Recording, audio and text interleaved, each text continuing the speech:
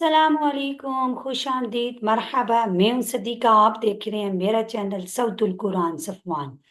کیسے ہیں آپ سب؟ امید ہے کہ خیریت سے ہوں گے۔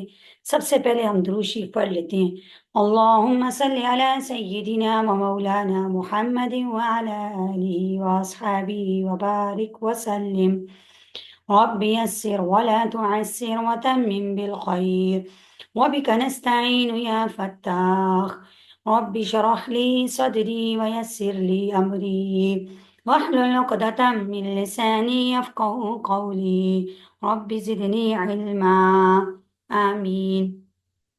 اس سے پہلی آیات میں بنی اسرائیل نے موسیٰ علیہ السلام سے پانی کی درخواست کی تو اللہ تعالیٰ نے حکم دیا کہ ایک پتھر پر لاٹھی ماریں، اس سے 12 چشمے نکل پڑے۔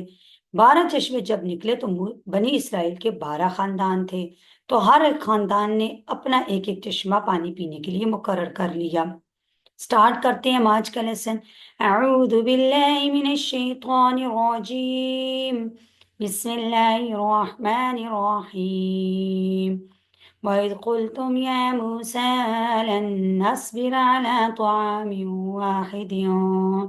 وَإِذْ اور جب تم نے کہا، یا موسیٰ اے موسیٰ، لن نصبر ہم ہرگز صبر نہیں کر سکتے، عَلَىٰ طَعَامٍ وَاحِدٍ ایک کھانے پر، فَادْعُ لَنَا تو دعا کر ہمارے لیے، ربک اپنے رب سے، یخرج لنا وہ نکال دے ہمارے لیے، مما تنبت الارض مما جو تنبت الارض اگتا ہے زمین سے، من بقلیہ ترکاریاں، وکثائیہ اور ککڑیاں، وفومیہ اور گیہوں، وعدسیہ اور مسور، وبصلیہ اور پیاز۔ اے موسیٰ ہم ہرگز صبر نہیں کر سکتے ایک کھانے پر، آپ اللہ سے دعا کریں ہمارے لیے زمین سے جو چیزیں اگتی ہیں وہ ہمیں عطا کرے۔ قال تستبدلون الذی، تو اللہ موسیٰ علیہ السلام نے فرمایا کیا تم لینا چاہتے ہو، ہوا ادنا بالذی وہ چیز جو ادنا ہے، بالذی اس کے بدلے میں، وہ خیر جو بہتر ہے، بہتر چیز کے بدلے میں ادنا چیز لینا چاہتی ہو۔ اہبطوا مصرا تم اترو کسی شہر میں، فإن لکم تم کو ملے گا، ما سألتم جو تم نے مانگا ہے، وضربت اور ڈال دی گئی ان پر، ذلت محتاج کی ذلت، والمسکنت اور محتاج کی، وباؤ وہ لوٹے، بغضب من اللہ اللہ کا غصہ لے کر، غضب لے کر، ذالک بانہم اللہ کا غضب اس وجہ سے لے کر لوٹے، کانوا یکفرون کہ وہ انکار کرتے تھے اللہ کی آیات کا، ویقتلون النبیین اور قتل کرتے تھے نبیوں کو، بغیر الحق نہ حق، ذالک بما عصوا یہ اس وجہ سے عصوا کہ وہ نافرمان تھے، وکانوا یعتدون اور وہ حد سے گزرنے والے تھے۔ اب یہ واقعہ بھی میدان تیکا ہے۔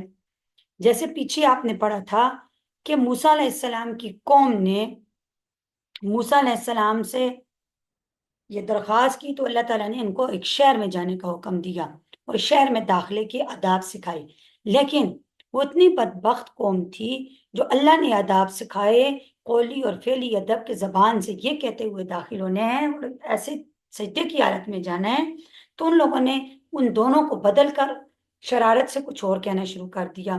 اب یہ وہی چیز دوبارہ بیان کی جا رہی ہے کہ جب موسیٰ علیہ السلام کی قوم نے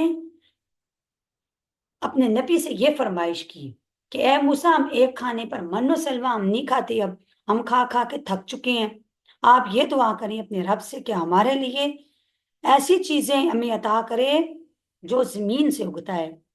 تو زمین سے ترکاریاں غلوں کی درخواست کی، تو اب وہاں پہ جا کر اللہ موسیٰ علیہ السلام نے فرمایا کہ کیا تم ایسی چیز کو لینا چاہتی ہو جو ادنا ہے، اس کے بدلے میں جو بہتر ہے، یعنی من و سلوہ تو ایک بہتر غذا ہے جو اللہ تعالیٰ نے تمہارے اوپر اپنے معجزے کے ذریعے اس میدان میں عطا کی، نازل کی۔ یہ ایسا میدان تھا وادیتی جہاں پہ کھانے پینے کا کوئی سسٹم نہیں تھا، وہاں پہ یہ سارا کچھ ان کے لیے بطور معجزہ کے ان کو عطا ہوا کہ پانی ان کے لیے پتھر سے نکلے، من و سلوہ ان کے لیے بتایا گیا آپ کو کہ ایک من جو تھا وہ ایک شیریں قسم کی چیز ہوتی تھی میٹھی، اور سلوہ بٹیرے وغیرہ یہ یہ جو من و سلوا تھا یہ بھی اللہ تعالیٰ نے معجزے سے ان کے لیے اس میدان میں، لیکن ان لوگوں نے کہا کہ ہم یہ کھا کھا کے تھک چکے ہیں۔ تو پھر موسیٰ علیہ السلام کے دعا کی بدولت اللہ تعالیٰ نے ان کو ایک شہر میں داخلے کا حکم دیا، جیسے کہ آپ نے پیچھے پڑھا، اور شہر میں داخلے کے ان کو ادب سکھائی، لیکن ان لوگوں نے اس شہر میں جو داخلے کے ادب سکھلایا گیا اس کو پسے پوش ڈال کر اپنی زبان سے کچھ اور کہنا شروع کر دیا۔ تو اللہ تعالیٰ فرماتے ہیں وَبَاءُوا بِغَضَبٍ مِّنَ اللَّهِ، وہ لوٹے اللہ کا غضب اور غصہ لے کر۔ کیوں؟ اس وجہ سے کہ وہ اللہ تعالیٰ کی آیتوں کا انکار کرتے تھے، جو اللہ نے ان کو کہا انہوں نے اس کو نہیں مانا، اور نبیوں کو ناحق قتل کرتے تھے۔ یہود نے بہت سارے انبیاء کو ناحق قتل کیا، اور وہ دل میں یہ بات سمجھتے تھے، یعنی کہ اس کو برا سمجھتے تھے کہ یہ ہمارا جو فعل ہے یہ ناحق ہے، لیکن یہ ضد اور صرف جو انات تھا ان کے اندر، اس نے ان کو اندھا بنا رکھا تھا، اس لیے وہ کوئی بات ماننے کو تیار نہیں تھے۔ تو پھر اللہ تعالیٰ نے فرمایا کہ ان پر ڈال دی گئی ذلت اور محتاج کی۔ اب اس آیت میں علماء فرماتے ہیں کہ قیامت تک بنی اسرائیل پر دنیا میں ہمیشہ اور ذلت اور مسکنت یعنی محتاجگی کے اندر ہی زندگی گزاریں گے، یعنی کہ چاہے وہ کتنے ہی مالدار ہو جائیں، لیکن تمام جو قومیں ہیں ان کو ذلیل اور حقیر ہی سمجھی جائیں گی، کیونکہ قرآن نے یہ بات کہی ہے۔ تو یہ اللہ تعالیٰ کی طرف سے ان پر ذلت اور محتاجگی ڈالی گئی، یعنی کہ وہ ساری زندگی دوسروں کے غلام ہی رہیں گے۔ امید ہے کہ آج کا لیسن آپ کو سمجھ آ چکا ہوگا۔ اللہ تعالیٰ سے دعا ہے کہ اللہ تعالیٰ ہمیں قرآن کو سمجھنے، اس پر عمل کرنے کی توفیق عطا فرمائے۔ اللہ تعالیٰ آپ کو ایمان کی بہترین حالت میں صحت اور عافیت کے ساتھ ہمیشہ خوش رکھے۔ اپنا بہت سا خیال رکھیے گا۔ اپنی سسٹر کو اجازت دیجیے۔ نیکسٹ ویڈیو تک کے لیے اللہ حافظ، فی امان اللہ۔